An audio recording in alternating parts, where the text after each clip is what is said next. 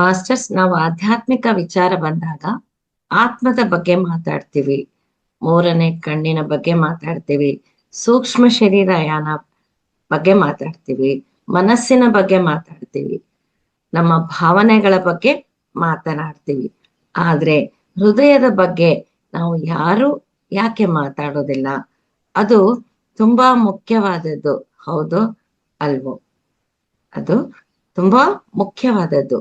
ನಮ್ಮ ಆತ್ಮವನ್ನ ಸೇರೋದಕ್ಕೆ ನಮ್ಮ ಮನಸ್ಸು ದಾರಿ ಅಲ್ಲ, ನಮ್ಮ ಹೃದಯವೇ ದಾರಿ. ಧ್ಯಾನ ಮಾಡುವಾಗ ನಮ್ಮ ಮನಸ್ಸನ್ನ ನಾವು ಸೈಲೆಂಟ್ ಮಾಡ್ತೀವಿ, ನಮ್ಮ ಹೃದಯದ ಜೊತೆ ಅನುಸಂಧಾನವಾಗ್ತೀವಿ. ಆದ್ರಿಂದ ಹೃದಯ ಅನ್ನೋದು ತುಂಬಾ ತುಂಬಾ ಮುಖ್ಯವಾದದ್ದು. ಹೃದಯದ ನೆರಳಲ್ಲಿ ಮನಸ್ಸು ಕೆಲಸ ಮಾಡುತ್ತೆ. ನಾವು ತೆಗೆದುಕೊಳ್ಳುವ ನಿರ್ಣಯಗಳು ಎಲ್ಲವೂ ಹೃದಯ ತೆಗೆದುಕೊಳ್ಳುತ್ತೆ. ಅದನ್ನ ಕಾರ್ಯರೂಪಕ್ಕೆ ತರೋದು ಮನಸ್ಸಿನ ಕೆಲಸ. ಅಂತಹ ಹೃದಯದ ಬಗ್ಗೆ ನಾವು ಈ ದಿನ ತಿಳ್ಕೊಳ್ಳೋಣ. ಹೃದಯ ಕಮಲ ಅಂತ ನಾವು ಹೇಳ್ತೀವಿ. ಆ ಹೃದಯ ಕಮಲಕ್ಕೆ 12 ದಳಗಳಿವೆ. ಒಂದೊಂದು ದಳ ಒಂದೊಂದು ಸದ್ಗುಣವನ್ನ ಹೊಂದಿದೆ. ಇವೆಲ್ಲವನ್ನ ಈ ದಿನ ತಿಳ್ಕೊಂಡು ನಮ್ಮ ಜೀವನದಲ್ಲಿ ಅವುಗಳನ್ನ ಅಳವಡಿಸಿಕೊಂಡ್ರೆ ನಮ್ಮ ಹೃದಯ ಕಮಲ ಸಂಪೂರ್ಣವಾಗಿ ಅರಳುತ್ತದೆ. ಆಗ ನಾವು ಸಂತೋಷದಿಂದ, ಆನಂದದಿಂದ ಜೀವನವನ್ನ ಮಾಡಬಹುದು. ನೋಡಿ, ಈ ಹೃದಯ ಕಮಲಗಳು ಒಂದೊಂದು ಆ ದಳ ಯಾವ್ಯಾವ ಗುಣವನ್ನ ಅದು ಹೇಳುತ್ತೆ, ತಿಳ್ಕೊಳ್ಳೋಣ. ಮೊದಲನೆಯದು ನಮ್ರತೆ. ನಾವು ಯಾವ ಮಟ್ಟದಲ್ಲಿ ಇದ್ದೀವಿ ಅಂತ ತಿಳ್ಕೊಳ್ಳೋದೆ ನಮ್ರತೆ. ಕೆಲವರು ತಾವು ತುಂಬಾ ಗ್ರೇಟ್ ಅಂತ ಅಂದ್ಕೊಳ್ತಾರೆ, ಮತ್ತೆ ಕೆಲವರು ತಾವು ತುಂಬಾ ಕಡಿಮೆ ಅಂತ ಅಂದ್ಕೊಳ್ತಾ ಇರ್ತಾರೆ. ಇದೆರಡೂ ತಪ್ಪು. ಹಾಗಾದ್ರೆ ನಾವು ಯಾವ ಮಟ್ಟದಲ್ಲಿ ಇದ್ದೀವಿ ಅಂತ ತಿಳ್ಕೋಬೇಕು. ಅದನ್ನ ಹೇಗೆ ಸಾಧಿಸ್ಬೇಕು ಅಂದ್ರೆ, ನಮ್ರತೆಯನ್ನ ಸಾಧಿಸಬೇಕು ಅಂತಂದ್ರೆ ಎರಡನ್ನ ಕಳ್ಕೋಬೇಕು. ಅದು ಯಾರವುದು ಅಂತಂದ್ರೆ ಅಹಂಕಾರ ಮತ್ತೆ ಒಣ ಪ್ರತಿಷ್ಠೆ. ಅಹಂಕಾರ ಅಂದ್ರೆ ನಾನು ತುಂಬಾ ದೊಡ್ಡ ಥರ್ಡ್ ಮಾಸ್ಟರು, ನನ್ಗೆ ಎಲ್ಲ ಕಾಣಿಸುತ್ತೆ, ನಾನ್ ಕಣ್ ಮುಚ್ಚಿದ ತಕ್ಷಣ ಎಲ್ಲೆಲ್ಲೋ ಹೋಗ್ಬಿಡ್ತೀನಿ, ನಾನು ಬುದ್ಧ. ಅದು ತುಂಬಾ ಜನ ಕೊಚ್ಕೊಳ್ತಾ ಇರ್ತಾರೆ. ನನಗೆ ಅವ್ರು ಕನೆಕ್ಟ್ ಆಗ್ತಾರೆ, ಇವ್ರು ಕನೆಕ್ಟ್ ಆಗ್ತಾರೆ, ಆ ಮೆಸೇಜ್ ಕೊಡ್ತಾರೆ ಅಂತ ಹೇಳ್ಕೊಳ್ತಾ ಇರ್ತಾರೆ. ಇದು ಜಂಬ ಕೊಚ್ಕೊಳ್ಳೋದ್ರಿಂದ ಅದು ತಪ್ಪು. ಎಷ್ಟು ದೊಡ್ಡ ಮಾಸ್ಟರೋ ಅಷ್ಟು ನಮ್ರತೆಯಿಂದ ಇರ್ಬೇಕು. ನೋಡಿ, ಬುದ್ಧ ಯಾವತ್ತೂ ಹೇಳಿಲ್ಲ ನನ್ಗೆ ಥರ್ಡ್ ಐಯಲ್ಲಿ ಎಲ್ಲ ಕಾಣಿಸುತ್ತೆ ಅಂತ. ಕೇಳಿದಿರಾ ನೀವು ಬುದ್ಧ ಹೇಳೋದು? ಇಲ್ಲ ಅಲ್ವಾ? ಪತ್ರಿ ಸರ್ ಕೂಡ ನಮ್ಗೆ ಯಾವತ್ತೂ ಹೇಳೋದಿಲ್ಲ. ಕೇವಲ ಜ್ಞಾನ ಹಂಚಿಕೆಯನ್ನ ಮಾಡ್ತಾರೆ. ಆಗ್ಲಿ ನನಗೆ ಅವ್ರು ಆ ರೀತಿ ಮೆಸೇಜ್ ಕೊಟ್ರು, ಇದು ಆಯ್ತು ಅದಾಯ್ತು ಅಂತ ಯಾವತ್ತೂ ಹೇಳಿಲ್ಲ. ಸೊ ಇನ್ನು ಒಣ ಪ್ರತಿಷ್ಠೆ. ಒಣ ಪ್ರತಿಷ್ಠೆ ಏನು ಅಂದ್ರೆ, ನಾವು ಇರೋದು ಒಂದು ಚಿಕ್ಕ ಇರುವೆ, ಆದ್ರೆ ನಾನು ಒಂದು ದೊಡ್ಡ ಆನೆ ತರ ಫೀಲ್ ಆಗ್ತಾ ಇರ್ತೀವಿ. ಇದ್ದಿದ್ದಕ್ಕಿಂತ ತುಂಬಾ ದೊಡ್ಡದಾಗಿ ಫೀಲ್ ಆಗಿ ಗ್ರೇಟ್ ಆಗಿ ಹೇಳ್ಕೊಳ್ತಾ ಇರ್ತೀವಿ. ಇದು ಒಣ ಪ್ರತಿಷ್ಠೆ. ನಮ್ರತೆ ಬೇಕು ಅಂತಂದ್ರೆ ಈ ಅಹಂಕಾರ ಮತ್ತು ಒಣ ಪ್ರತಿಷ್ಠೆ ಇವುಗಳನ್ನ ನಾವು ಕಳೆದ್ಕೋಬೇಕು. ಅಹಂಕಾರ ಮತ್ತೆ ಒಣ ಪ್ರತಿಷ್ಠೆ ಇದ್ದಾಗ ನಾವು ಕನ್ಫ್ಯೂಷನ್ ಸ್ಟೇಟ್ ಅಲ್ಲಿ ಇರ್ತೀವಿ. ಮನಸ್ಸು ಒಂದು ಹೇಳುತ್ತೆ, ಆತ್ಮ ಒಂದು ಹೇಳ್ತಾ ಇರುತ್ತೆ. ಆದ್ದರಿಂದ ಅಹಂಕಾರ ಮತ್ತು ಒಣ ಪ್ರತಿಷ್ಠೆ ಇವೆರಡನ್ನೂ ಕಳೆದುಕೊಂಡಾಗ ನಮ್ರತೆ ಅನ್ನೋದು ಬರುತ್ತೆ.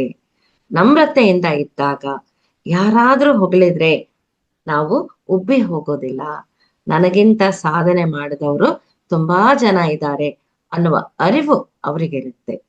ನಮ್ರತೆಯಿಂದ ಇದ್ರೆ ತನಗಿಂತ ಮೇಲಿನವರ ಮೇಲೆ ಅಭಿಮಾನ ಇರುತ್ತೆ, ತನಗಿಂತ ಕಡಿಮೆ ಸಾಧನೆ ಮಾಡಿದವ್ರ ಮೇಲೆ ಪ್ರೇಮ ಇರುತ್ತೆ, ಕರುಣೆ ಇರುತ್ತೆ.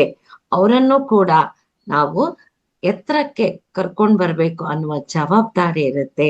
ಅವರಿಗೂ ಜ್ಞಾನವನ್ನು ಕೊಡ್ಬೇಕು ಅನ್ನೋ ಒಂದು ಜವಾಬ್ದಾರಿ ಅಲ್ಲಿ ಇರುತ್ತೆ.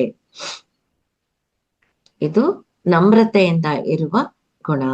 ಈ ಗುಣ ಪ್ರತಿಯೊಬ್ಬರು ಅಳವಡಿಸ್ಕೋಬೇಕು. ಆವಾಗ ಹೃದಯದ ಒಂದು ದಳ ಓಪನ್ ಆಗುತ್ತೆ.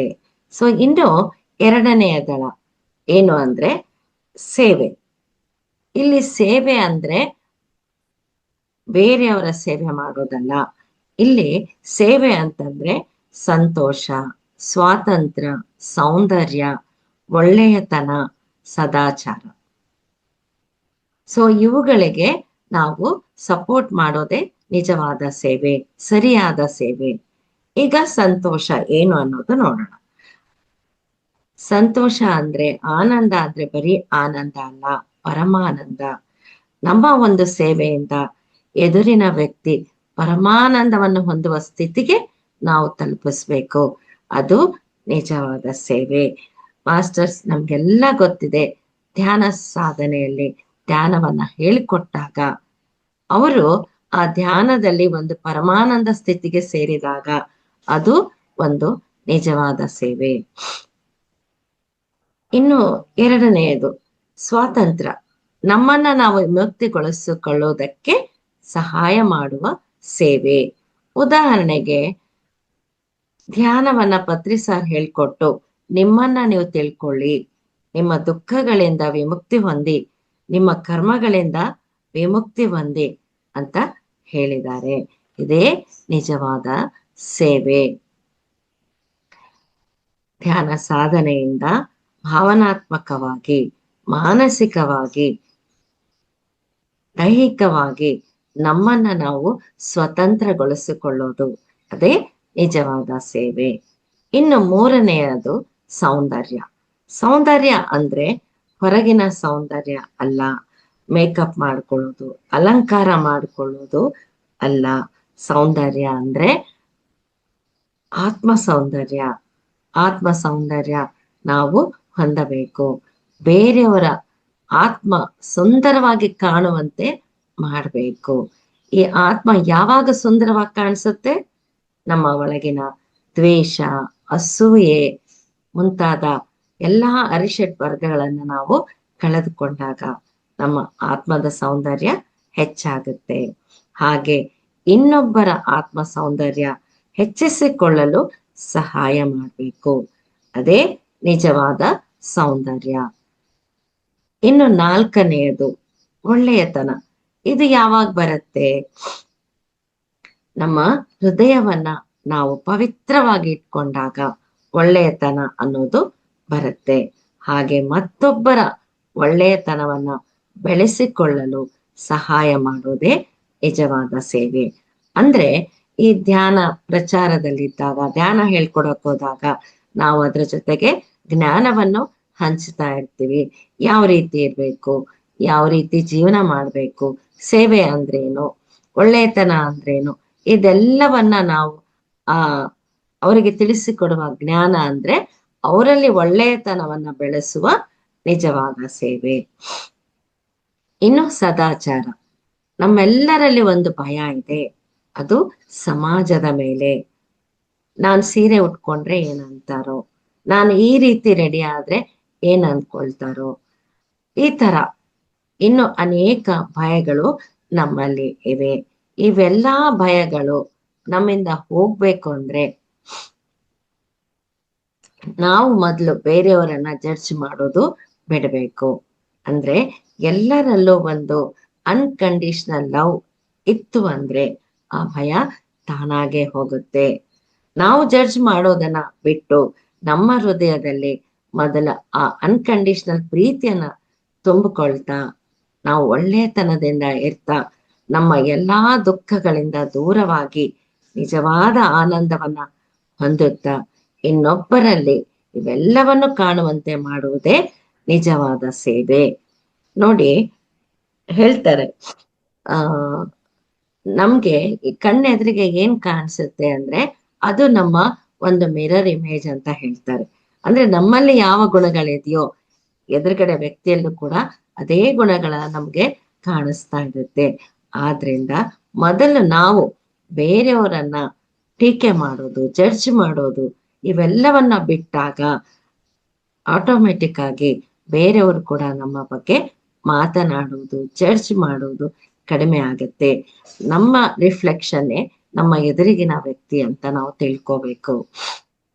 ಆದ್ರಿಂದ ನಾವು ಎಷ್ಟೆಷ್ಟು ಪವಿತ್ರವಾಗಿ ಪ್ಯೂರ್ ಆಗಿ ಇರೋದನ್ನ ಕಲ್ತ್ಕೊಳ್ತೀವೋ ಅಷ್ಟು ನಮ್ಮ ಎದುರಿನ ವ್ಯಕ್ತಿ ಕೂಡ ಅದೇ ರೀತಿ ಇರ್ತಾರೆ. ನಾವು ಸಂತೋಷದಿಂದ ಆನಂದದಿಂದ ಇರೋದಕ್ಕೆ ಸಾಧ್ಯವಾಗುತ್ತೆ. ಇನ್ನು ಉನ್ನತವಾದ ತಿಳುವಳಿಕೆ. ಸೊ ಎಲ್ಲರಿಗೂ ಈ ಅನ್ಕಂಡೀಷನಲ್ ಪ್ರೀತಿ ಹೇಗೆ ಮಾಡೋದು ಅನ್ನೋದನ್ನ ಹೇಳ್ಕೊಟ್ಟಾಗ ಅವರು ಉನ್ನತವಾಗಿ ಆಲೋಚನೆ ಮಾಡ್ತಾರೆ. ಎಲ್ಲವನ್ನು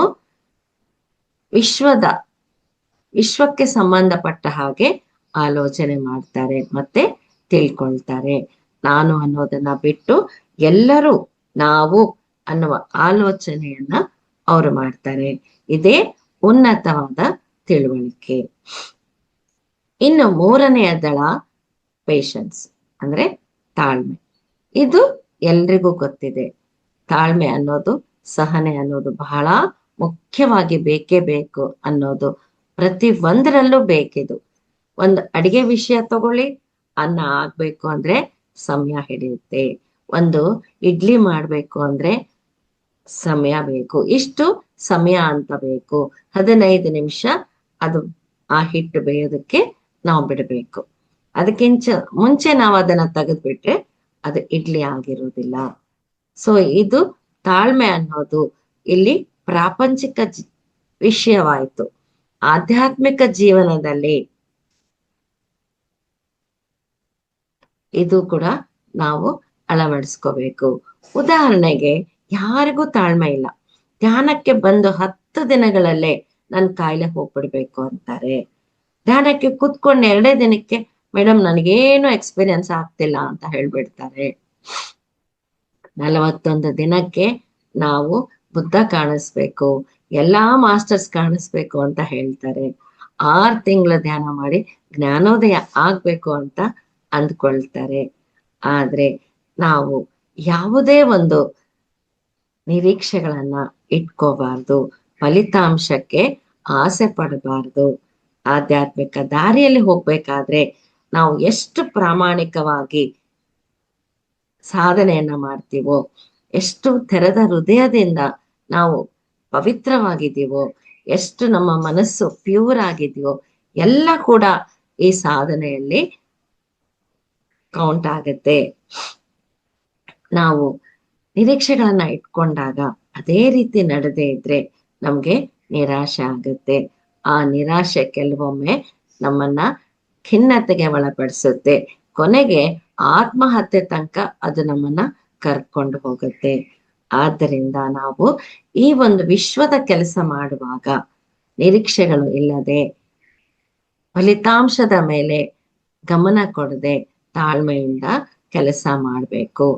ನೋಡಿ, ಉದಾಹರಣೆಗೆ ಪತ್ರಿ ಸಾರು ಒಬ್ಬರಿಗೆ ಧ್ಯಾನ ಹೇಳ್ಕೊಡ್ಬೇಕಾದ್ರೆ 100 ಕಿಲೋಮೀಟರ್ ಪ್ರಯಾಣ ಮಾಡಿ ಹೋಗಿ ಒಬ್ರಿಗೆ ಧ್ಯಾನ ಹೇಳ್ಕೊಟ್ಟು ಬರ್ತಾ ಇದ್ರು. ಅವರು ಅವಾಗ ಅನ್ಕೋಬಹುದಿತ್ತಲ್ಲ, ಅಯ್ಯೋ ನಾನು ಇಷ್ಟೆಲ್ಲಾ ಸಾಧನೆ ಮಾಡಿದ್ದೇನೆ, ಒಬ್ರು ಸಲುವಾಗಿ ನಾನು ಹೋಗ್ಬೇಕಾ, ನಾನು ಇಷ್ಟು ಜ್ಞಾನ ಇದೆ, ನನ್ಗೆ ಒಬ್ಬೊಬ್ರೆ ಇಬ್ಬಿಬ್ರೆ ಸಿಗ್ತಾ ಇದ್ದಾರ ಅಂತ ಅವ್ರು ಅನ್ಕೋಬಹುದಿತ್ತು. ಇಲ್ಲ, ಅವರು ಪೇಷನ್ಸ್ ಇಂದ, ತಾಳ್ಮೆಯಿಂದ ಅವರು ಕಾಯ್ತಾ ಬಂದ್ರು. ನೋಡಿ, ಈ 40 ವರ್ಷದಲ್ಲಿ ಅವರ ತಾಳ್ಮೆಗೆ ಎಂತ ಒಂದು ಪರಿಣಾಮ ಸಿಕ್ಕಿದೆ, ರಿಸಲ್ಟ್ ಸಿಕ್ಕಿದೆ. ಒಬ್ಬ ಧ್ಯಾನಿ ಹೋಗಿ ಈಗ ಕೋಟಾನುಕೋಟಿ ಧ್ಯಾನಿಗಳು ನಮ್ಮ ಗುರುಗಳ ಅನುಯಾಯಿಗಳಾಗಿದ್ದಾರೆ. ನಮ್ಮ PSSM ಸಂಸ್ಥೆಯಲ್ಲಿ ಕೋಟಾನುಕೋಟಿ ಜನ ಧ್ಯಾನ ಸಾಧನೆ ಮಾಡ್ತಾ ಇದ್ದಾರೆ. ಮಾಸ್ಟರ್ಸ್ ಹಾಗೆ ನನ್ನ ಜೀವನದಲ್ಲೂ ಕೂಡ ನಾನು ಧ್ಯಾನಕ್ಕೆ ಬಂದ ಮೇಲೆ ಸುಮಾರು 15 ವರ್ಷ ಒಬ್ರು ಕೂಡ ನನ್ಗೆ ಧ್ಯಾನ ಹೇಳ್ಕೊಡ್ತೀನಿ ಅಂದ್ರೆ ನನ್ಗೆ ಸಿಗ್ಲೇ ಇಲ್ಲ. ಯಾವುದೇ ಒಂದು ಮೂರನೇ ಕಣ್ಣಿನ ಅನುಭವ ಆಗ್ಲಿಲ್ಲ. ಸೂಕ್ಷ್ಮ ಶರೀರ ಪ್ರಯಾಣ ನಾನು ಎಕ್ಸ್ಪೀರಿಯನ್ಸ್ ಮಾಡ್ಲಿಲ್ಲ. ಆದ್ರೂ ಕೂಡ ತಾಳ್ಮೆಯಿಂದ ನಾನು ಧ್ಯಾನಕ್ಕೋಸ್ಕರ ಧ್ಯಾನ ಸಾಧನೆಯನ್ನ ಮಾಡಿದೆ. ಯಾವುದೇ ಒಂದು ನಿರೀಕ್ಷೆಗಳನ್ನ ನಾನು ಇಟ್ಕೊಳ್ಳಿಲ್ಲ.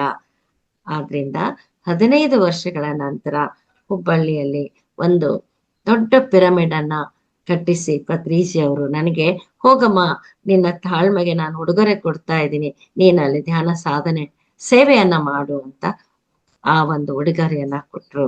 ಪತ್ರಿಜಿ ಅವರಿಂದ, ಯೂನಿವರ್ಸ್ನಿಂದ ಒಂದು ದೊಡ್ಡ ಉಡುಗೊರೆ ನನಗೆ ಸಿಕ್ಕಿದೆ.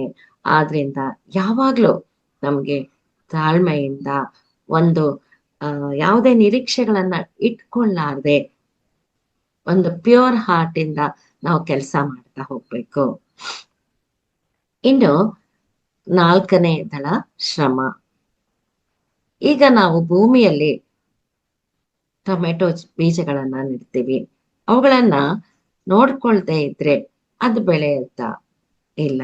ಹಾಗೆ ಬೆಳೆಯೋದು ಅಂದ್ರೆ ಯಾವುದೇ ಒಂದು ನಾವು ಕೇರ್ ಮಾಡದೆ ಬೆಳೆಯೋದು ಯಾವುದು ಅಂದ್ರೆ ಮುಳ್ಳಿನ ಗಿಡ, ಮತ್ತೆ ಹೇಳ್ತಾರಲ್ಲ ವೀಡ್ಸ್ ಅಂತ, ಕಾಂಗ್ರೆಸ್ ಗಿಡಗಳು ಅಂತ, ಅವುಗಳು ಬೆಳೆಯುತ್ತೆ. ಆದ್ರೆ ಟೊಮೆಟೊ ಬೀಜಗಳನ್ನ ಹಾಕಿದ ಮೇಲೆ ಅದಕ್ಕೆ ನೀರ್ ಹಾಕ್ಬೇಕು, ಸರಿಯಾದ ಸಮಯಕ್ಕೆ ಗೊಬ್ಬರವನ್ನ ಹಾಕ್ಬೇಕು, ಅದನ್ನ ಹಾಳಾಗದಂತೆ ನೋಡ್ಕೋಬೇಕು. ಹಾಗೆ ನಾವು ಧ್ಯಾನದಲ್ಲಿ ಪುರೋಗತಿ ಹೊಂದಬೇಕು ಅಂತಂದ್ರೆ ಶ್ರಮ ಮಾಡ್ಬೇಕು, ಗಮನದಿಂದ ಧ್ಯಾನ ಮಾಡ್ಬೇಕು. ಅಂದ್ರೆ ನಮ್ಮ ಮುಂದೆ ಒಂದು ಗುರಿ ಇರ್ಬೇಕು, ಧ್ಯಾನದಿಂದ ಏನನ್ನಾದ್ರೂ ಸಾಧಿಸಬೇಕು ಅನ್ನುವ ಒಂದು ದೃಷ್ಟಿ ಇಟ್ಕೋಬೇಕು. ಆಧ್ಯಾತ್ಮಿಕವಾಗಿ ಜ್ಞಾನವನ್ನ ಪಡೆದುಕೊಂಡು ಜನರಲ್ಲಿ ಅದನ್ನು ಹಂಚಬೇಕು. ಮತ್ತೆ ಧ್ಯಾನ ಮಾಡಿ ನಾವು ಜ್ಞಾನವನ್ನು ಪಡ್ಕೊಂಡು ಎಲ್ಲಾ ಜನರಿಗೆ ಹಂಚಬೇಕಾಗಿದೆ. ಇದೇ ಒಂದು ಗುರಿ, ಇದೇ ಶ್ರಮ ನಾವು ಮಾಡ್ಬೇಕಾಗಿರೋದು. ನಮ್ಮ ಪತ್ರಿಜಿ ಅವರ ಸಂಕಲ್ಪ ಏನಿದೆ, ಇಡೀ ಜಗತ್ತು ಧ್ಯಾನ ಜಗತ್ತಾಗ್ಬೇಕು. ಸೊ ನಾನು ಕೂಡ ಸಾಧ್ಯವಾದಷ್ಟು ಜನರಿಗೆ ಧ್ಯಾನವನ್ನ ಹೇಳ್ಕೊಡ್ಬೇಕು, ಜ್ಞಾನವನ್ನ ಹಂಚ್ಬೇಕು. ಸೊ ಇದನ್ನ ಮಾಡಿದಾಗ ಹೃದಯದ 4ನೇ ದಳ ಅರಳುತ್ತೆ. 5ನೇದು ಸಹನೆ, ಅಂದ್ರೆ ತಾಳ್ಮೆ ಬಗ್ಗೆ ತಿಳ್ಕೊಂಡ್ವಿ. ಅದು ಇನ್ನಷ್ಟು ಹೆಚ್ಚಿನ ತಾಳ್ಮೆಗೆ ನಾವು ಸಹನೆ ಅಂತ ಹೇಳ್ತೀವಿ. ತಾಳ್ಮೆ ಅನ್ನೋದು ನಮಗೆ ಸಂಬಂಧಪಟ್ಟದ್ದು. ಆದ್ರೆ ಸಹನೆ ಅಂದ್ರೆ ಎಲ್ಲರನ್ನೂ ದೃಷ್ಟಿಯಲ್ಲಿಟ್ಕೊಂಡು, ಎಲ್ಲರ ಪರಿಸ್ಥಿತಿಯನ್ನ ಅರ್ಥ ಮಾಡ್ಕೊಂಡು, ಅವರ ಕರ್ಮದ ಬಗ್ಗೆ ತಿಳ್ಕೊಂಡು, ಅವರ ಉನ್ನತಿ ಆಗೋದಿಕ್ಕೆ ಅವಕಾಶಗಳನ್ನ ಕೊಡ್ತಾ ಹೋಗೋದೇ ಸಹನೆ. ಈ ಸಹನೆ ಬರ್ಬೇಕು ಅಂತಂದ್ರೆ ಶ್ರಮ ಮಾಡ್ಬೇಕು, ತಾಳ್ಮೆ ಬೇಕು, ಉನ್ನತವಾದ ತಿಳುವಳಿಕೆ ಬೇಕು, ನಮ್ರತೆ ಬೇಕು. ಹೀಗೆ ಪ್ರತಿಯೊಂದು ದಳವು ಅರಳಬೇಕು ಅಂದ್ರೆ ಎಲ್ಲವೂ ಒಂದಕ್ಕೊಂದು ಸಂಬಂಧ ಇದೆ. ಇನ್ನು 6ನೇದು ಸಂಘದ ಪ್ರೀತಿ, ಗ್ರೂಪ್ ಲವ್ ಅಂತ ಹೇಳ್ತಾರೆ. ನಮ್ಮೆಲ್ಲರಲ್ಲಿ ಒಂದು ಗ್ರೂಪ್ ಲವ್ ಅನ್ಬೋದು, ಗ್ರೂಪ್ ಕಾನ್ಶಿಯಸ್ ಅನ್ಬೋದು, ಗ್ರೂಪ್ ಕೋಆಪರೇಷನ್ ಇರ್ಬೇಕು. ಸೊ ಈ ಒಂದು ಸಂಘದಲ್ಲಿ ಈ ಫ್ಯಾಮಿಲಿ ಇರ್ಬೋದು, ಸಮಾಜ ಇರಬಹುದು, ಅಕ್ಕಪಕ್ಕದವರು ಇರ್ಬೋದು, ಪಿರಮಿಡ್ ಸೊಸೈಟಿ ಇರ್ಬೋದು, ನಮ್ಮ ದೇಶ ಆಗಿರ್ಬೋದು. ಸೊ ಈ ಸಂಘ ಅನ್ನೋದು ಯಾವ ರೀತಿ ಇರ್ಬೇಕು ಅಂದ್ರೆ ಹೇಳ್ತಾರೆ, ಒಂದು ನಿಸ್ವಾರ್ಥತೆ ಇರ್ಬೇಕು. ನಾವು ಒಂದು ಸಂಘಕ್ಕೆ ಸೇರುವ ಉದ್ದೇಶ ಏನೇ ಆಗಿರ್ಲಿ, ಅದರ ಸಂಘದ ಉದ್ದೇಶವೇ ನಮ್ಮ ಉದ್ದೇಶ ಆಗಿರ್ಬೇಕು. ಸಂಘವನ್ನ ಸೇರ್ಕೊಂಡು ಅದನ್ನ ನಮ್ಮ ಸ್ವಂತ ಏಳಿಗೆಗೋಸ್ಕರ ನಾವು ಆ ಸಂಘವನ್ನ ಬಳಸ್ಕೋಬಾರ್ದು. ಅಲ್ಲಿ ನಿಸ್ವಾರ್ಥತೆ ಇರ್ಬೇಕು. ಇನ್ನು ನಿರುಪದ್ರವತೆ ಇರ್ಬೇಕು. ಆ ಸಂಘದಲ್ಲಿ ನಮಗೂ ಹಾನಿ ಮಾಡ್ಕೊಳ್ಬಾರ್ದು, ಆ ಸಂಘಕ್ಕೂ ಕೂಡ ನಾವು ಹಾನಿಯನ್ನ ಉಂಟು ಮಾಡಬಾರ್ದು. ಆಲೋಚನೆಗಳಿಂದ ಆಗಲಿ, ದೈಹಿಕವಾಗಿ ಆಗಲಿ, ಮಾನಸಿಕವಾಗಿ ಆಗಲಿ, ಆಧ್ಯಾತ್ಮಿಕವಾಗಿ ಆಗಲಿ ಯಾವುದೇ ರೀತಿಯ ಹಾನಿಯನ್ನ ಆ ಸಂಘಕ್ಕೆ ನಾವು ಮಾಡಬಾರ್ದು, ನಾವು ಕೂಡ ಮಾಡ್ಕೋಬಾರ್ದು. ಇನ್ನು ಸರಿಯಾದ ವಾಕು, ಎಲ್ಲರ ಜೊತೆ ಒಳ್ಳೆಯ ಮಾತುಗಳನ್ನ ಆಡ್ಬೇಕು. ಒಳ್ಳೆಯ ಮಾತುಗಳು ಯಾವಾಗ ಬರುತ್ತೆ? ಒಳ್ಳೆಯ ಆಲೋಚನೆಗಳಿಂದ. ಒಳ್ಳೆಯ ಆಲೋಚನೆಗಳು ಹೇಗ್ ಬರುತ್ತೆ? ಅವರಲ್ಲಿ ಪ್ರೀತಿ, ಅಂತಃಕರಣ, ದಯೆ ಎಲ್ಲವೂ ಇದ್ದಾಗ, ಒಂದು ಪವಿತ್ರತೆ ನಮ್ಮಲ್ಲಿದ್ದಾಗ, ಒಳ್ಳೆಯ ಆಲೋಚನೆಗಳು ಬರುತ್ತೆ. ನಮ್ಮ ಒಳಗಡೆ ಹೃದಯದ ತುಂಬಾ ಪ್ರೀತಿ ತುಂಬಿಕೊಂಡಾಗ ಒಳ್ಳೆ ಒಳ್ಳೆ ಆಲೋಚನೆಗಳು ಬರುತ್ತೆ. ಒಳ್ಳೆ ಆಲೋಚನೆಗಳಿಂದ ಒಳ್ಳೆಯ ಮಾತುಗಳು ನಮ್ಮಿಂದ ಹೊರಗಡೆ ಬರುತ್ತೆ. ಇನ್ನು ಜವಾಬ್ದಾರಿಯ ಅರಿವು. ನಮ್ಮ ದೇಹ ಒಂದು ಸಂಘದ ಹಾಗೆ. ದೇಹದಲ್ಲಿರುವ ಪ್ರತಿಯೊಂದು ಅವಯವಗಳು ಅಂದ್ರೆ ನಮ್ಮ ಕಣ್ಣು, ಕಿವಿ, ಮೂಗು, ಬಾಯಿ, ಹೊಟ್ಟೆ, ಹೀಗೆ ಎಲ್ಲವೂ ಸರಿಯಾಗಿ ಕೆಲಸ ಮಾಡ್ತಾ ಇರುತ್ತೆ. ಇವುಗಳಲ್ಲಿ ಒಂದು ನಾನ್ ಕೆಲಸ ಮಾಡಲ್ಲ ಅಂತಂದ್ರೆ ನಮ್ಮ ಆರೋಗ್ಯ ಏನಾಗುತ್ತೆ? ಆರೋಗ್ಯದಲ್ಲಿ ತೊಂದರೆ ಆಗುತ್ತೆ, ಆರೋಗ್ಯ ಸರಿ ಇರಲ್ಲ. ಆದ್ರಿಂದ ಸಂಘದಲ್ಲಿ ಇರುವವರು ತಮ್ಮ ಜವಾಬ್ದಾರಿಯನ್ನ ತಿಳ್ಕೊಂಡು ಕೆಲಸ ಮಾಡ್ಬೇಕು. ಆಗ ಅದು ಸಂಘದ ಒಂದು ಸಹಕಾರ ಆಗುತ್ತೆ. ಇನ್ನು ಅಂತರ್ದೃಷ್ಟಿ. ನಮ್ಗೆ ಎಷ್ಟೋ ಸಲ ನಮ್ಮ ಮನೆಯವರಿಗೆ ಏನಾದ್ರೂ ತೊಂದರೆ ಆದ್ರೆ ಗೊತ್ತಾಗ್ತಾ ಇರುತ್ತೆ ನಮ್ಮ ಅಂತರಾತ್ಮಕ್ಕೆ. ಏನೋ ಮನ್ಸಲ್ಲಿ ಸರಿ ಇಲ್ಲ, ಕಸ್ವಿಸಿ ಆಗ್ತಾ ಇರುತ್ತೆ. ಈ ಒಂದು ಅಂತರ್ಪ್ರಜ್ಞೆಯನ್ನು ನಾವು ನಮ್ಮ ಸಂಘದ ಬಗ್ಗೆ ಕೂಡ ಯೋಚನೆ ಮಾಡ್ಬೇಕು ಅಂತ ಹೇಳ್ತಾರೆ. ಅಂದ್ರೆ ಅಲ್ಲಿ ಏನಾದ್ರೂ ತೊಂದರೆ ಆಯ್ತು ಅಂದ್ರೆ ನಮ್ಗೆ ಗೊತ್ತಾಗ್ಬೇಕು, ನಮ್ಮಲ್ಲಿ ಯಾವುದೋ ಒಂದು ತಳಮಳ ಉಂಟಾಗ್ಬೇಕು. ಅಷ್ಟೊಂದು ಆ ಸಂಘಕ್ಕೋಸ್ಕರ ನಮ್ಮಲ್ಲಿ ಮಿಡಿತಾ ಇರ್ಬೇಕು. ಇನ್ನು ಅಧೀನತೆ. ಒಂದು ಸಂಘದಲ್ಲಿದ್ದಾಗ ನನ್ನ ಗುರಿ, ಉದ್ದೇಶ, ಅಭಿಪ್ರಾಯ ಏನೇ ಇರಬಹುದು ಅದನ್ನ ಪಕ್ಕಕ್ಕೆ ಇಟ್ಟು ಸಂಘದ ಗುರಿಯನ್ನ, ನಾವು ಸಂಘದ ಉದ್ದೇಶವನ್ನೇ ನಮ್ಮ ಗುರಿ ಮಾಡ್ಕೊಳ್ಬೇಕು. ಸೊ ಈ ರೀತಿಯಾಗಿ ಒಂದು ಸಂಘದಲ್ಲಿದ್ದಾಗ ಆ ಸಂಘದ ಮೇಲಿನ ಪ್ರೀತಿ ಇಷ್ಟು ವಿಧದಲ್ಲಿ ನಾವು ಇಟ್ಕೋಬೇಕು. ಹಾಗೆ 7ನೇ ದಳ ಜ್ಞಾನ, ವಿಸ್ಡಮ್. ನಮ್ಮ ಹೃದಯ ಆತ್ಮದ ಭಾಷೆಯನ್ನ ತಿಳಿಸುತ್ತೆ. ನಮ್ಗೆ ಇಂಟ್ಯೂಷನ್ ಬರುವುದು ಕೂಡ ನಮ್ಮ ಹೃದಯದಿಂದ. ಈ ಇಂಟ್ಯೂಷನ್ಗಳನ್ನ ಕಾರ್ಯರೂಪಕ್ಕೆ ತರೋದೇ ಜ್ಞಾನ. ಎಕ್ಸಾಂಪಲ್, ಉದಾಹರಣೆಗೆ ನಾವು ಕರ್ನಾಟಕ ಧ್ಯಾನ ಮಹಾಚಕ್ರ ಪ್ರೋಗ್ರಾಮ್ಗೆ ಹೋಗುವಂತ ನಮ್ಮ ಅಂತರ್ವಾಣಿ ಹೇಳ್ತಾ ಇರುತ್ತೆ. ಆದ್ರೆ ಮನಸ್ಸು ಅದಕ್ಕೆ ಏನೇನೋ ಪ್ರಶ್ನೆಗಳನ್ನ ಹಾಕ್ತಾ ಇರುತ್ತೆ. ಹೇಗ್ ಹೋಗೋದಪ್ಪ, ನಾನು ಹೋದ್ರೆ ಮನೆಯಲ್ಲಿ ತುಂಬಾ ಅಡಚಣೆ ಆಗತ್ತೆ, ಮನೇನ ನೋಡ್ಕೊಳ್ಳೋರು ಯಾರು, ಮನೆಯಲ್ಲಿ ವಯಸ್ಸಾದವ್ರು ಇದ್ದಾರೆ, ಅವ್ರನ್ನ ಜವಾಬ್ದಾರಿ ಯಾರಿಗೆ ಒಪ್ಪಿಸ್ಬೇಕು, ಉದಾಹರಣೆಗೆ ಇದೆಲ್ಲ, ಈ ತರ ಎಲ್ಲ ನಮ್ಮ ಮನಸ್ಸು ಯೋಚನೆ ಮಾಡ್ತಾ ಇರುತ್ತೆ. ಆದ್ರೆ ನಮ್ಮ ಅನುಭವ, ತಿಳುವಳಿಕೆಯನ್ನ ಉಪಯೋಗಿಸ್ಕೊಂಡು ನಾವು ಧ್ಯಾನ ಮಹಾಚಕ್ರಕ್ಕೆ ಹೋಗೋದಕ್ಕೆ ಪ್ಲಾನ್ ಮಾಡ್ತೀವಿ. ಇದು ನಮ್ಮ ಜ್ಞಾನದಿಂದ ನಾವು ಪ್ಲಾನ್ ಮಾಡ್ಕೊಂಡಿರ್ತೀವಿ. ನಮ್ಮ ಜ್ಞಾನದಲ್ಲಿ ಅನುಭವ ಇರುತ್ತೆ, ಪ್ರಾಕ್ಟಿಕಲ್ ತಿಳುವಳಿಕೆ ಇರುತ್ತೆ. ಸೊ ಎಲ್ಲವೂ ಸೇರಿ ನಮ್ಮ ಜ್ಞಾನ ಆಗತ್ತೆ. ಧ್ಯಾನ ಸಾಧನೆಯಿಂದ ನಮ್ಮ ಜ್ಞಾನವನ್ನ ಹೆಚ್ಚಿಸ್ಕೊಳ್ತಾ ಹೋಗ್ಬೇಕು. ಸೊ 8ನೇ ದಳ ಗುರುತಿಸುವಿಕೆ, ಆಧ್ಯಾತ್ಮಿಕ ಗುರುತಿಸುವಿಕೆ. ಸೊ ಈ ಆನಂದ, ಸೌಂದರ್ಯ, ಒಳ್ಳೆಯತನ, ಸದಾಚಾರ, ಸಂತೋಷ ಇವುಗಳನ್ನ ನಮ್ಮಲ್ಲೂ ಕೂಡ ಗುರುತಿಸ್ಕೊಳ್ತಾ ಇದೇ ಗುಣಗಳನ್ನ ಇನ್ನೊಬ್ಬರಲ್ಲೂ ನಾವು ಗುರುತಿಸುವಂತೆ ಮಾಡುವುದೇ ಆಧ್ಯಾತ್ಮಿಕ ಗುರುತಿಸುವಿಕೆ. ನಮ್ಮಲ್ಲಿ ಮೇಲಿನ ಎಲ್ಲಾ ಗುಣಗಳು ಇದ್ದಾಗ, ಇನ್ನೊಬ್ಬರಲ್ಲಿ ಆ ಗುಣಗಳು ಇದ್ದಾಗ ನಾವು ಅದನ್ನ ಚೆನ್ನಾಗಿ ಒಂದಕ್ಕೊಂದು ರಿಲೇಟ್ ಆಗ್ಬಹುದು. ಆಗ ಒಂದು ಒಳ್ಳೆಯ ಗುಂಪು ಕ್ರಿಯೇಟ್ ಆಗುತ್ತೆ. ಎಕ್ಸಾಂಪಲ್, ನಾನು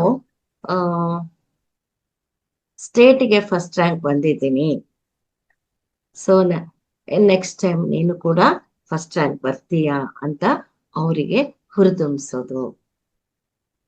ಈಗ ನೀನು ನನ್ನ ಸಂತೋಷದಲ್ಲಿ ಭಾಗಿಯಾಗಿದ್ದೀಯಾ, ನಿನಗೆ ರ್ಯಾಂಕ್ ಬಂದಾಗ ನಾನು ನಿನ್ನ ಸಂತೋಷದಲ್ಲಿ ಭಾಗಿಯಾಗ್ತೇನೆ. ನೋಡಿ, ನಮ್ಮಲ್ಲೂ ಅಷ್ಟೆ, ಯಾರಾದ್ರೂ ಒಂದು ಒಳ್ಳೆಯ ವರ್ಕ್ಶಾಪ್ ಮಾಡಿದಾಗ ಅವರಿಗೆ ಓ ಎಷ್ಟು ಒಳ್ಳೆ ವರ್ಕ್ಶಾಪ್ ಮಾಡಿದೀರಾ ಅಂತ ನಾವು ಅವರನ್ನ ಹೃದಯ ತುಂಬಾ ಅಪ್ರಿಶಿಯೇಟ್ ಮಾಡಿದಾಗ, ಮುಂದೆ ನಮ್ಮ ಒಂದು ವರ್ಕ್ಶಾಪ್ ಚೆನ್ನಾಗಿ ನಡೆದಾಗ, ನಮ್ಮ ಒಂದು ಕ್ಲಾಸ್ ಚೆನ್ನಾಗಿ ನಡೆದಾಗ ಅವರು ಕೂಡ ಸಂತೋಷದಿಂದ ನಮ್ಮ ಸಂತೋಷದಲ್ಲಿ ಭಾಗಿಯಾಗ್ತಾರೆ. ಅದು ಬಿಟ್ಟು ಅವ್ರು ತುಂಬಾ ಚೆನ್ನಾಗಿ ಮಾಡಿದ್ದಾರೆ, ಅಯ್ಯೋ ಅವರಿಗೇ ಎಲ್ಲಾರು ಹೊಗಳು ಬಿಡ್ತಾರೆ, ಅವರಿಗೇ ಎಲ್ಲಾ ಕ್ರೆಡಿಟ್ ಹೋಗುತ್ತೆ ಅಂತ ನಾವು ಮನಸ್ಸಲ್ಲಿ ಭಾವನೆ ಮಾಡ್ಕೊಂಡ್ವಿ ಅಂದ್ರೆ ಅದು ಈ ಆಧ್ಯಾತ್ಮದಲ್ಲಿ ಖಂಡಿತವಾಗಿ ತಪ್ಪು. ನಾವು ಇನ್ನೊಬ್ಬರ ಬಗ್ಗೆ ಎಷ್ಟು ವಿಮರ್ಶೆ ಮಾಡ್ತೀವೋ, ಎಷ್ಟು ನೆಗೆಟಿವ್ ಆಗಿ ಆಲೋಚನೆ ಮಾಡ್ತೀವೋ, ನಮ್ಮ ಎನರ್ಜಿ ಎಲ್ಲ ಅವ್ರಿಗೆ ಕಳಿಸ್ತಾ ಇರ್ತೀವಿ. ಒಂದು ಸೀಕ್ರೆಟ್ ಅನ್ನ ತಿಳ್ಕೊಳ್ಳಿ ಫ್ರೆಂಡ್ಸ್, ನಾವು ಯಾರನ್ನ ಹೇಟ್ ಮಾಡ್ತೀವಿ ನಾವು ಕೊನೆಗೆ ಅವರಂತೆ ಆಗ್ಬಿಡ್ತೀವಿ. ಅಂದ್ರೆ ಅವರ ಒಂದ್ ಯದ್ಭಾವ ತದ್ಭಾವತಿಯಲ್ಲಿ, ಅವ್ರು ಸರಿ ಇಲ್ಲ, ಅವ್ರು ಸರಿಯಾಗಿ ಮಾತಾಡ್ತಿಲ್ಲ, ಅವ್ರು ಜಂಬ ಕೊಚ್ಕೊಳ್ತಾರೆ, ಅವ್ರು ಬರೀ ಆ ಹೊಗಳ್ಕೊಳ್ತಾರೆ ಅಂತ ಹೇಳಿ ಹೇಳಿ ಹೇಳಿ ಹೇಳಿ ನಾವು ಅವರಂತೆ ಆಗ್ಬಿಡ್ತೀವಿ. ಆದ್ರಿಂದ ಯಾವಾಗ್ಲೂ ಇನ್ನೊಬ್ಬರಲ್ಲಿನ ಒಳ್ಳೆಯ ಗುಣಗಳನ್ನ ನಾವು ಗುರುತಿಸ್ತಾ ಹೋಗ್ಬೇಕು, ಅವುಗಳನ್ನ ಹೊಗಳ್ತಾ ಇರ್ಬೇಕು. ಹೊಗಳೋದು ಅಂತಂದ್ರೆ ಮನಸ್ಫೂರ್ತಿಯಾಗಿ ಅಪ್ರಿಶಿಯೇಟ್ ಅಂತ ಹೇಳ್ತೀವಲ್ಲ, ಮೆಚ್ಕೋಬೇಕು. ಆಗ ಅವರ ಒಳ್ಳೆ ಗುಣಗಳು, ಒಳ್ಳೆಯ ವಿಚಾರಗಳು ಕೂಡ ನಮಗೆ ಬರ್ತಾ ಇರುತ್ತೆ. ಇನ್ನು 9ನೇದು ಸಹಾನುಭೂತಿ.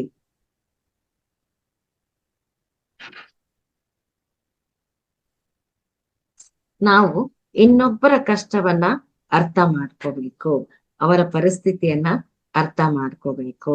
ಅವರ ವರ್ತನೆಗೆ ಅವರ ಚಿಕ್ಕ ವಯಸ್ಸಿನಿಂದ ಯಾರದೋ ಪ್ರಭಾವದಿಂದ, ತಂದೆ ತಾಯಿ ಇರ್ಬೋದು, ಸೊಸೈಟಿ ಇರ್ಬೋದು, ಯಾರ್ದೋ ಒಂದು ಪ್ರಭಾವದಿಂದ ಅವ್ರು ಈ ರೀತಿ ಸ್ವಭಾವ ಬೆಳೆಸ್ಕೊಂಡಿದ್ದಾರೆ ಅಂತ ಅರ್ಥ ಮಾಡ್ಕೊಂಡು ಅವರಲ್ಲಿ ಕರುಣೆ ತೋರಿಸಿ ಅವರನ್ನ ಬದಲಾಯಿಸೋದಕ್ಕೆ ಪ್ರಯತ್ನಿಸ್ಬೇಕು. ನೋಡಿ, ಪ್ರತಿಯೊಬ್ಬರ ಸ್ವಭಾವ ಒಂದೇ ತರ ಇರೋದಿಲ್ಲ.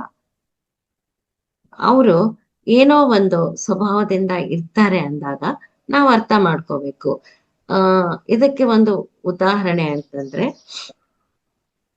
ನಮ್ಮ ಅತ್ತೆ ಮನೆಗೆ ಸೊಸೆ ಬಂದಿರ್ತಾರೆ. ಸೊ ನಮ್ಮ ಮನೆಯ ವಾತಾವರಣ ಬೇರೆ, ಅವ್ರ ಮನೆಯ ವಾತಾವರಣ ಬೇರೆ, ಅವ್ರ ಮನೆಯಲ್ಲಿ ಬೆಳೆದಿರೋ ರೀತಿ ಬೇರೆ, ನಮ್ಮ ಮನೆಯಲ್ಲಿ ಇರುವ ರೀತಿ ಬೇರೆ. ಅವ್ರು ಏನೋ ಒಂದು ಕೆಲಸಗಳನ್ನ ಮಾಡಿದಾಗ, ಮಾತಾಡಿದಾಗ ನಾವು ಅರ್ಥ ಮಾಡ್ಕೋಬೇಕು. ಓ, ಅವ್ರು ಬೆಳೆದಿರೋ ವಾತಾವರಣ ಬೇರೆ, ಅವರ ಪರಿಸರ ಬೇರೆ ಇತ್ತು, ಅದರ ಪ್ರಭಾವದಿಂದ ಅವ್ರ ಆ ರೀತಿ ಸ್ವಭಾವ ಇದೆ ಅಂತ ಅರ್ಥ ಮಾಡಿಕೊಂಡು ನಿಧಾನವಾಗಿ ನಾವು ಅವರನ್ನ ಬದಲಾಯಿಸ್ಬೇಕು.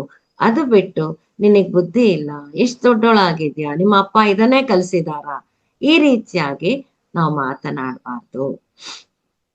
ಅವರ ಸ್ಥಳದಲ್ಲಿದ್ದು ಅವರನ್ನ ನಾವು ಅರ್ಥ ಮಾಡ್ಕೋಬೇಕು. ಸೊ ಈ ಕರುಣೆ ತೋರಿಸೋದು ಮೊದಲು ನಮ್ಮ ಫ್ಯಾಮಿಲಿ ಮೆಂಬರ್ಸ್ ಇಂದನೇ ಸ್ಟಾರ್ಟ್ ಮಾಡಿ ನಿಧಾನವಾಗಿ ಅದನ್ನ ಬೆಳೆಸ್ಕೊಳ್ತಾ ಹೋಗ್ಬೇಕು. ನಮ್ಮ ಹೃದಯದಲ್ಲಿ ಇಡೀ ಪ್ರಪಂಚಕ್ಕೆ ಕೊಡೋಷ್ಟು ಕರುಣೆ ಇದೆ, ಆದ್ರೆ ಕೊಡೋದಕ್ಕೆ ನಮ್ಗೆ ಭಯ ಅನ್ನೋದಕ್ಕಿಂತ ಕೊಡೋದಕ್ಕೆ ನಾವು ಇಷ್ಟಪಡ್ತಾ ಇಲ್ಲ. ಸೊ ಈಗ ಗಂಡ ಹೆಂಡತಿ ಯಾವತ್ತಾದ್ರೂ ನಿನ್ನ ಹೃದಯದ ಭಾವನೆಗಳನ್ನ ಶೇರ್ ಮಾಡ್ಕೋ ಅಂತ ಹೇಳ್ತಾರ ಒಬ್ರಿಗೊಬ್ರು? ಹೆಂಡತಿ ಗಂಡನ್ಗೂ ಹೇಳೋದಿಲ್ಲ, ಗಂಡ ಹೆಂಡತಿಗೂ ಹೇಳೋದಿಲ್ಲ. ಗಂಡ ಏನ್ ಅನ್ಕೊಳ್ತಾನೆ, ಹೆಂಡತಿಯನ್ನ ಏನ್ ಕೇಳೋದು, ಅವಳಿಗೆಲ್ಲ ನಾನು ಅನುಕೂಲ ಮಾಡ್ಕೊಟ್ಬಿಟ್ಟಿದ್ದೀನಿ, ಒಳ್ಳೆ ಮನೆ ಕೊಟ್ಟಿದ್ದೀನಿ, ಮನೇಲಿ ಓಡಾಡೋದಕ್ಕೆ ಕಾರ್ ಇದೆ, ಆಳು ಕಾಳು ಎಲ್ಲ ಕೊಟ್ಟಿದ್ದೀನಿ, ಇನ್ನೇನ್ ಕೇಳ್ಬೇಕು ನಾನು ಅವಳಿಗೆ ಅಂತ ಗಂಡ ಅನ್ಕೊಳ್ತಾನೆ. ಅದೇ ರೀತಿ ಹೆಂಡತಿ ಕೂಡ ಹೊತ್ತಿಗೆ ಅವ್ರಿಗೆ ಅಡಿಗೆ ಮಾಡ್ಕೊಡ್ತೀನಿ, ಅವ್ರು ಬಂದಾಗ ಬಿಸಿ ಬಿಸಿಯಾಗಿ ಬಡಿಸ್ಕೊಡ್ತೀನಿ, ಮಕ್ಕಳನ್ನ ನೋಡ್ಕೊಳ್ತೀನಿ, ಮನೆ ಜವಾಬ್ದಾರಿ ತಗೊಂಡಿದ್ದೀನಿ, ಇನ್ನೇನ್ ಕೇಳ್ಬೇಕು ನಾನು ಅವರಿಗೆ ಅಂತ ಹೆಂಡತಿ ಅನ್ಕೊಳ್ತಾಳೆ. ಹೀಗೆ ಒಬ್ರಿಗೊಬ್ರು ಒಂದು ಕ್ವಾಲಿಟಿ ಟೈಮ್ ಶೇರ್ ಮಾಡೋದಿಲ್ಲ. ಒಬ್ಬರ ಅಭಿಪ್ರಾಯಗಳನ್ನ, ಭಾವನೆಗಳನ್ನ ಹೇಳ್ಕೊಂಡಾಗ ಅವರಲ್ಲಿ ಪ್ರೀತಿ ಹೆಚ್ಚಾಗುತ್ತೆ. ಹಾಗೆ ಮಕ್ಕಳ ಬಗ್ಗೆ ಕೂಡ ನಾವು ಆ ಮಕ್ಕಳನ್ನ ಕೇಳ್ತಾ ಇರ್ಬೇಕು. ನಿನ್ಗೇನ್ ಅನ್ಸುತ್ತೆ, ನಿನ್ ಮನ್ಸಲ್ಲಿ ಏನ್ ನಡೀತಾ ಇದೆ, ಅವರ ಅಭಿಪ್ರಾಯಗಳನ್ನ ನಾವು ತಿಳ್ಕೊಳ್ತಾ ಹೋಗ್ಬೇಕು. ಹಾಗೆ ಮಕ್ಕಳು ಇಂಡಿಪೆಂಡೆಂಟ್ ಆಗಿ ದುಡಿಯೋದಕ್ಕೆ ಸ್ಟಾರ್ಟ್ ಆದ್ಮೇಲೆ ತಂದೆ ತಾಯಿಗಳ ಕನಸುಗಳನ್ನ, ಆಸೆಗಳನ್ನ ಅವ್ರು ತಿಳ್ಕೊಂಡು ಅವುಗಳನ್ನ ಪೂರೈಸ್ಕೊಳ್ಳೋದಕ್ಕೆ ಸಹಾಯ ಮಾಡ್ಬೇಕು. ಯಾಕೆ ಅಂದ್ರೆ ತಂದೆ ತಾಯಿ ಮಕ್ಕಳು ಹುಟ್ಟಿದ ತಕ್ಷಣ ಮಕ್ಕಳಿಗೋಸ್ಕರ ಎಲ್ಲಾ ಕನಸುಗಳನ್ನ ತ್ಯಾಗ ಮಾಡ್ಬಿಟ್ಟಿರ್ತಾರೆ. ಆದ್ರಿಂದ ಈಗ ನೋಡಿ, ಎಷ್ಟೋ ಜನ ಮಕ್ಕಳು ದುಡಿಯಕ್ ಸ್ಟಾರ್ಟ್ ಮಾಡಿದ್ಮೇಲೆ ತಂದೆ ತಾಯಿಗಳಿಗೆ ಹೇಳ್ತಾರೆ, ಹೋಗಿ ನೀವು ತೀರ್ಥಯಾತ್ರೆ ಮಾಡಿ ಬನ್ನಿ, ನೀವೆಲ್ಲೂ ಹೋಗಿಲ್ಲ, ನಮ್ಗೋಸ್ಕರ ಇಷ್ಟು ದಿನ ನಿಮ್ಮ ಜೀವನವನ್ನ, ಸಮಯವನ್ನ, ಹಣವನ್ನ ಮೀಸಲಾಗಿಟ್ಟಿದ್ದೀರಾ, ಈಗ ಎಲ್ಲ ಕಡೆ ಹೋಗ್ ಬನ್ನಿ, ನಮಗೆ ಭಗವಂತ ಒಳ್ಳೆ ಆ ಸಮಯ ಕೊಟ್ಟಿದ್ದಾನೆ, ನಾವೆಲ್ಲ ನೋಡ್ಕೊಳ್ತೀವಿ, ನೀವು ಎಲ್ಲಿ ಬೇಕಾದ್ರೆ ಅಲ್ಲಿ ಓಡಾಡಿ, ನಿಮ್ಗೆ ಏನ್ ಬೇಕೋ ಅದನ್ನ ಮಾಡಿ ಅಂತ ಮಕ್ಕಳು ತಂದೆ ತಾಯಿ ಹೇಳಿದಾಗ ಅದೆಷ್ಟು ಖುಷಿ ಆ ತಂದೆ ತಾಯಿಗಾಗತ್ತೆ. ಹೌದಪ್ಪ, ಈ ಮಕ್ಕಳನ್ನ ಬೆಳೆಸೋದಕ್ಕೆ ನಾನ್ ಮಾಡಿರೋ ತ್ಯಾಗ ಸಾರ್ಥಕ ಆಯ್ತು ಅಂತ ಆ ತಂದೆ ತಾಯಿಗಳಿಗೆ ಅನ್ಸುತ್ತೆ. ಆದ್ರಿಂದ ಇನ್ನೊಬ್ಬರ ಅಭಿಪ್ರಾಯಗಳನ್ನ ತಿಳ್ಕೊಳ್ಳೋದು, ಅದರಂತೆ ನಡೆಯೋದು ಬಹಳ ಬಹಳ ಮುಖ್ಯ. ಅದು ನಮ್ಮ ಹೃದಯದ ಒಂದು ಗುಣ. ಅದು ಆ ಎಲ್ಲ ಗುಣಗಳನ್ನ ನಾವು ಬೆಳೆಸ್ಕೋಬೇಕು. ಇವೆಲ್ಲವೂ ಸಾಧ್ಯ ಆಗೋದು ಒಂದು ಧ್ಯಾನ ಸಾಧನೆಯಿಂದ, ಸತ್ಸಂಗದಿಂದ, ಸ್ವಾಧ್ಯಾಯದಿಂದ. ಇನ್ನು 10ನೆಯ ಗುಣ ಕನಿಕರ, ಸಹಾನುಭೂತಿ. ಮತ್ತೆ ಇಲ್ಲಿ ಆ ಎಂಪತಿ ಅಂತ ಹೇಳ್ತಾರೆ. ಅಂದ್ರೆ ಇನ್ನೊಬ್ಬರ ಕಷ್ಟವನ್ನ ಕೇಳಿ ಅದನ್ನ ಫೀಲ್ ಆಗಿ ಅವರನ್ನ ಮೇಲೆ ಬರೋದಕ್ಕೆ ದಾರಿ ತೋರಿಸೋದು. ಸಿಂಪತಿ ಅಂತಂದ್ರೆ ಮೆಚ್ಕೊಳ್ಳೋದು.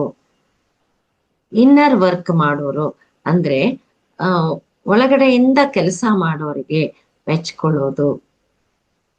ಅವರ ಸೌಂದರ್ಯನ ಮೆಚ್ಕೊಳ್ಳೋದಲ್ಲ, ಅವರ ಹೊರಗಿನ ಕೆಲಸವನ್ನ ಮೆಚ್ಕೊಳ್ಳೋದಲ್ಲ. ಉದಾಹರಣೆಗೆ, ಪ್ರತಿದಿನ ಧ್ಯಾನ ಮಾಡ್ತಾ ಇದೆಯಾ, ತುಂಬಾ ಚೆನ್ನಾಗಿ ಸಾಧನೆ ಮಾಡ್ತಾ ಇದೆಯಾ, ತುಂಬಾ ಚೆನ್ನಾಗಿ ಪ್ರಚಾರ ಮಾಡ್ತಾ ಇದೆಯಾ ಅಂತ ಮೆಚ್ಕೊಳ್ಳೋದು. ಇದು ಒಂದು ಸಿಂಪತಿ. ಈ ರೀತಿ ಮೆಚ್ಕೊಳ್ಳೋದು ನಾವು ಬೆಳೆಸ್ಕೋಬೇಕು ಅಂತ ಹೇಳ್ತಾರೆ. ಇನ್ನು ದಯೆ, ನಮ್ಮ ಮೇಲೆ ನಮ್ಗೆ ಕನಿಕರ ಇರೋದಕ್ಕೆ ಸ್ವಯಂ ದಯೆ, ಸೆಲ್ಫ್ ಪಿಟಿ ಅಂತ ಹೇಳ್ತಾರೆ. ಸೊ ಇಲ್ಲಿ ಸೆಲ್ಫ್ ಪಿಟಿ ಅಂದ್ರೆ ನಾವು ಭೂತಕಾಲದಲ್ಲಿ ಜೀವನ ಮಾಡ್ತಾ ಇದ್ದೀವಿ ಅಂತ ಅರ್ಥ. ಆದ್ರಿಂದ ಈ ಸೆಲ್ಫ್ ಪಿಟಿ ನಮ್ಮ ಜೀವನದಿಂದ ತೆಗೆದು ಹಾಕ್ಬೇಕು. ಹೇಗೆ ಅಂತಂದ್ರೆ, ನಮ್ಮ ಭೂತಕಾಲದ ದುಃಖಗಳೇನಿವೆಯೋ ಅವೆಲ್ಲವನ್ನ ಮತ್ತೆ ಗುರ್ತು ಮಾಡಿಕೊಂಡು ಆ ಸನ್ನಿವೇಶವನ್ನ ಕಣ್ಮುಂದೆ ತಂದ್ಕೊಂಡು ಆ ಸನ್ನಿವೇಶದಲ್ಲಿ ಯಾರ್ಯಾರಿದಾರೋ ಅವರ ಸ್ಥಾನದಲ್ಲಿ ನಿಮ್ಮನ್ನ ಊಹೆ ಮಾಡ್ಕೊಳ್ಳಿ. ಪ್ರತಿಯೊಬ್ಬರನ್ನು ಕರುಣೆಯಿಂದ ನೋಡಿ, ಆ ವ್ಯಕ್ತಿಯನ್ನ ಪ್ರೇಮಿಸೋದಕ್ಕೆ ಪ್ರಯತ್ನ ಪಡಿ, ಅವರನ್ನ ಕ್ಷಮಿಸ್ಬಿಡಿ, ನಿಮ್ಮನ್ನ ನೀವು ಕ್ಷಮಿಸ್ಕೊಳ್ಳಿ. ಆವಾಗ ನಿಮ್ಗೆ ಆ ಸೆಲ್ಫ್ ಪಿಟಿ ಅನ್ನೋದು ಹೊರಟು ಹೋಗುತ್ತೆ. ನಮ್ಮ ಮೇಲೆ ನಮ್ಗೆ ಕರುಣೆ ಇರಬಾರದು. ಇನ್ನು 11ನೆಯ ದಳ ತ್ಯಾಗ. ಅನಾವಶ್ಯಕವಾದವುಗಳನ್ನ ತ್ಯಾಗ ಮಾಡ್ಬೇಕು. ಯಾವುದು ಅವಶ್ಯಕ ಅವನ್ನ ಬೆಳೆಸ್ಕೊಂಡು ಹೋಗ್ಬೇಕು. ಹೀಗೆ ಮಾಡಿದಾಗ ನಾವು ಬೆಳಿತೀವಿ. ಅಹಂಕಾರ, ಅತಿಯಾದ ಆಸೆ, ಒಣ ಪ್ರತಿಷ್ಠೆ ಇವುಗಳನ್ನ ನಾವು ತ್ಯಾಗ ಮಾಡ್ಬೇಕು. ಹೊಟ್ಟೆ ಕಿಚ್ಚು, ನಕಾರಾತ್ಮಕ ಭಾವೋದ್ವೇಗಗಳು ಎಲ್ಲವನ್ನ ತ್ಯಾಗ ಮಾಡಿದಾಗ ನಾವು ನಮ್ಮ ಮಟ್ಟವನ್ನ ಹೆಚ್ಚಿಸ್ಕೊಳ್ಳೋದಕ್ಕೆ ಸಾಧ್ಯ ಆಗುತ್ತೆ. ಸೊ ಧ್ಯಾನ ಸಾಧನೆಯಿಂದ ನಮ್ಮ ಅಹಂಕಾರ, ಅತಿಯಾದ ಆಸೆ, ಒಣ ಪ್ರತಿಷ್ಠೆ, ಹೊಟ್ಟೆ ಕಿಚ್ಚು ನಿಧಾನವಾಗಿ ನಮ್ಮಿಂದ ದೂರ ಮಾಡೋದಕ್ಕೆ ಸಾಧ್ಯ ಆಗುತ್ತೆ. ಇನ್ನು ಕೊನೆಯದು ಮತ್ತು ಅತಿ ಮುಖ್ಯವಾದ ದಳ ಅಂದ್ರೆ ಕೃತಜ್ಞತೆ. ಇದು ನಾವೆಲ್ಲರೂ ಪ್ರತಿದಿನ ಎಲ್ಲೋ ಒಂದ್ ಕಡೆ ಈ ಕೃತಜ್ಞತೆಯ ಬಗ್ಗೆ ಮಾತಾಡ್ತೀವಿ, ಕೇಳ್ತಾ ಇದ್ದೀವಿ, ನಮ್ಮ ಜೀವನದಲ್ಲಿ ಅಳವಡಿಸ್ಕೊಳ್ತಾ ಇದ್ದೀವಿ. ನಾವು ಉಸಿರಾಡ್ತಾ ಇದ್ದೀವಿ ಅಂದ್ರೆ ಅದಕ್ಕೆ ಕೃತಜ್ಞರಾಗಿರ್ಬೇಕು. ನಾವು ನೋಡ್ತಾ ಇದ್ದೀವಿ, ಕಿವಿಯಿಂದ ಕೇಳಿಸ್ಕೊಳ್ತಾ ಇದ್ದೀವಿ, ಓಡಾಡೋದಕ್ಕೆ ಕಾಲ್ಗಳಿವೆ, ಒಳ್ಳೆ ಮನೆ ಇದೆ, ಧ್ಯಾನ ಹೇಳ್ಕೊಟ್ಟವರಿಗೆ ಕೃತಜ್ಞತೆ ತೋರಿಸ್ಬೇಕು. ಒಳ್ಳೆಯದು ಮಾಡಿದವರಿಗೆ ಕೃತಜ್ಞತೆ ತೋರಿಸ್ಬೇಕು. ನೋವು ಕೊಟ್ಟವರಿಗೆ ಕೃತಜ್ಞತೆ ತೋರಿಸ್ಬೇಕು. ಯಾಕೆಂದ್ರೆ ಅವರು ನಮಗೆ ಸಹನೆ ಅನ್ನೋ ಪಾಠವನ್ನ ಕಲಿಸಿರ್ತಾರೆ. ನಮ್ಮ ಕರ್ಮವನ್ನ ಅವರು ಕ್ಲಿಯರ್ ಮಾಡಿರ್ತಾರೆ. ಆದ್ರಿಂದ ನೋವು ಕೊಟ್ಟವರಿಗೂ ನಾವು ಕೃತಜ್ಞತೆಯನ್ನ ಸಲ್ಲಿಸ್ಬೇಕು. ಕೃತಜ್ಞತೆಯನ್ನ ಸುಮ್ನೆ ಹೇಳೋದಲ್ಲ, ಥ್ಯಾಂಕ್ ಯು ಅಂತ ಹೇಳೋದಲ್ಲ, ಅದು ನಮ್ಮ ಅಂತರಾಳದಿಂದ ಆ ಕೃತಜ್ಞತೆಯನ್ನ ನಾವು ತೋರಿಸ್ಬೇಕು.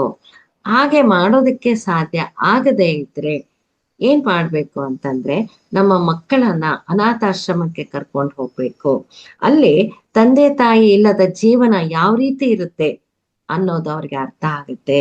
ಆವಾಗ ತಂದೆ ತಾಯಿಗೆ ಕೃತಜ್ಞತೆಯನ್ನ ತೋರಿಸ್ತಾರೆ.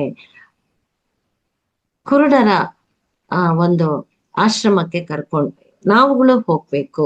ಅವಾಗ ನಮ್ಮ ಕಣ್ಣುಗಳು ಎಷ್ಟು ಮುಖ್ಯ ಅನ್ನೋದು ನಮ್ಗೆ ಅರ್ಥ ಆಗುತ್ತೆ. ಈ ಕೈಕಾಲಿಲ್ಲದ ಫಿಸಿಕಲಿ ಚಾಲೆಂಜ್ಡ್ ಇವು ಇರುತ್ತೆ, ಆಶ್ರಮಗಳಿರುತ್ತೆ, ಸೊಸೈಟಿ ಇರುತ್ತೆ. ಅಲ್ಲಿ ಹೋದಾಗ ನಮ್ಗೆ ಅರ್ಥ ಆಗುತ್ತೆ, ಓಹ್ ನಮ್ಮ ಕೈ ಕಾಲುಗಳು ನಮ್ಗೆ ಎಷ್ಟು ಮುಖ್ಯ, ಇವುಗಳಿಗೆ ನಾವು ಪ್ರತಿನಿತ್ಯ ಎಷ್ಟು ಕೃತಜ್ಞತೆ ಹೇಳ್ಬೇಕು ಅಂತ ನಮ್ಗೆ ಅರ್ಥ ಆಗತ್ತೆ. ಹಾಗೆ ಮೆಂಟಲಿ ಚಾಲೆಂಜ್ಡ್, ಮಾನಸಿಕವಾದ ಮಾನಸಿಕವಾಗಿ ಹಿಂದುಳಿದ ಮಕ್ಕಳ ಒಂದು ಆಶ್ರಮಕ್ಕೆ ಹೋದ್ರೆ, ಸೊಸೈಟಿಗೆ ಹೋದ್ರೆ ನಮ್ಗೆ ಅರ್ಥ ಆಗುತ್ತೆ, ಓ ನಮ್ಮ ಮನಸ್ಸು ಎಷ್ಟು ಮುಖ್ಯ. ಆ ಭಗವಂತ ನಮ್ಗೆ ಒಳ್ಳೆ ಸರಿಯಾದ ಆರೋಗ್ಯಕರವಾದ ಮನಸ್ಸನ್ನ ಕೊಟ್ಟಿದ್ದಾನೆ, ಬುದ್ಧಿಯನ್ನ ಕೊಟ್ಟಿದ್ದಾನೆ ಅಂತ ನಮ್ಗೆ ಅರ್ಥ ಆಗತ್ತೆ. ಆವಾಗ ನಾವು ನಮ್ಮ ಅಂತರಾಳದಿಂದ ಕೃತಜ್ಞತೆಯನ್ನ ಹೇಳೋದಕ್ಕೆ ಸಾಧ್ಯವಾಗುತ್ತೆ. ಪ್ರತಿ ಒಂದು ನಮ್ಗೆ ಸಾಧ್ಯ ಆಗದೆ ಇದ್ರೆ ಭಿಕ್ಷುಕರನ್ನ ನೋಡಿ, ಅವ್ರಿಗೆ ಇರೋದಕ್ಕೆ ಒಂದ್ ಮನೇನೂ ಇರಲ್ಲ, ಸ್ಟೇಷನ್ ಅಲ್ಲಿ ಹಾಗೇ ಮಲಗ್ಬಿಟ್ಟಿರ್ತಾರೆ. ನಮ್ಗೆ ಇರೋದಕ್ಕೆ ಮನೆ ಇದೆ, ಓ ನಾವ್ ಎಷ್ಟು ಪುಣ್ಯವಂತರು, ನಾವು ಎಷ್ಟು ಅದೃಷ್ಟವಂತರು ಅಂತ ನಾವು ಆ ಭಗವಂತನಿಗೆ, ಯೂನಿವರ್ಸ್ಗೆ, ಪ್ರತಿ ಒಂದು ವಿಷಯಕ್ಕೂ ನಾವು ಕೃತಜ್ಞತಾ ಭಾವನೆಯನ್ನ ತೋರಿಸ್ತಾ ಹೋಗ್ಬೇಕು. ಆಗ ನಮ್ಮ ಜೀವನದಲ್ಲಿ ನಾವು ಕೃತಜ್ಞತೆಗಳನ್ನ ಹೇಳ್ತಾ ಹೋದ್ರೆ ಇಡೀ ದಿನ ನಮ್ಗೆ ಸಾಕಾಗೋದಿಲ್ಲ. ಆ ಕೃತಜ್ಞತೆಯನ್ನ ತಿಳಿಸೋದ್ರಿಂದ ನಮ್ಮಲ್ಲಿ ಒಂದು ಸಕಾರಾತ್ಮಕ ಶಕ್ತಿ ಯಾವಾಗ್ಲೂ ಉತ್ಪತ್ತಿ ಆಗ್ತಾ ಇರುತ್ತೆ. ಜೀವನದಲ್ಲಿ ಸಂತೋಷದಿಂದ ಇರೋದಕ್ಕೆ ನಮ್ಗೆ ಸಾಧ್ಯವಾಗುತ್ತೆ. ಸೊ ಫ್ರೆಂಡ್ಸ್, ಈ 12 ಸದ್ಗುಣಗಳ ದಳಗಳನ್ನ ನಾವು ನಮ್ಮ ಒಂದು ಜ್ಞಾನದಿಂದ, ಧ್ಯಾನ ಸಾಧನೆಯಿಂದ, ಎಲ್ಲವನ್ನೂ ಒಂದು ಅರಿವಿನಿಂದ ನಾವು ಅವುಗಳನ್ನ ಅರಳಿಸಿಕೊಂಡಾಗ ನಮ್ಮ ಹೃದಯ ಚಕ್ರ ಸಂಪೂರ್ಣವಾಗಿ ಅರಳುತ್ತೆ. ಈ ಎಲ್ಲಾ ಗುಣಗಳು ತುಂಬಾ ತುಂಬಾ ಮುಖ್ಯವಾದವು. ಯಾವುದೇ ಒಂದು ಗುಣವನ್ನು ನಾವು ಬಿಡುವ ಹಾಗಿಲ್ಲ, ಎಲ್ಲವನ್ನು ನಮ್ಮ ಜೀವನದಲ್ಲಿ ಅಳವಡಿಸ್ಕೋಬೇಕು. ಆದ್ರಿಂದ ನೋಡಿ, ಯಾರೇ ಒಬ್ರು ತುಂಬಾ ಯಾವಾಗ್ಲೂ ಶಾಂತಿಯಿಂದ ಒಂದು ಪ್ರೀತಿಯಿಂದ ಇದ್ದಾಗ ಇವರ ಹೃದಯ ಚಕ್ರ ಅರಳು ಬಿಟ್ಟಿದೆ ಅಂತ ನಾವು ಹೇಳ್ಬಿಡ್ತೀವಿ. ಸೊ ಅವರೊಬ್ರು ಮಾತ್ರ ಅಲ್ಲ, ನಾವು ಪ್ರತಿ ಒಬ್ರು ನಮ್ಮ ಹೃದಯ ಚಕ್ರವನ್ನ ಅರಳಿಸ್ಕೊಂಡಾಗ ಕೇವಲ ನಮಗೆ ಮಾತ್ರ ಅಲ್ಲ, ಇಡೀ ನಮ್ಮ ಜೊತೆ ಇರುವವರೆಲ್ಲ ಸಂತೋಷದಿಂದ ಇರೋದಕ್ಕೆ ಸಾಧ್ಯ ಆಗುತ್ತೆ. ಸೊ ಈ ಒಂದು ವಿಷಯವನ್ನ ಹೇಳೋದಕ್ಕೆ ಅವಕಾಶ ಮಾಡಿಕೊಟ್ಟ ರಂಗನಾಥ್ ಸರ್ ಅವರಿಗೂ, ಮಹಾವತಾರ್ ಟಿವಿಯ ಪ್ರತಿಯೊಬ್ಬ ಆತ್ಮ ಬಂಧುಗಳಿಗೂ, ತಾಳ್ಮೆಯಿಂದ ಕೇಳಿದ ನಿಮಗೂ ನಾನು ಧನ್ಯವಾದಗಳನ್ನ ತಿಳಿಸ್ತೀನಿ. Thank you, thank you, thank you.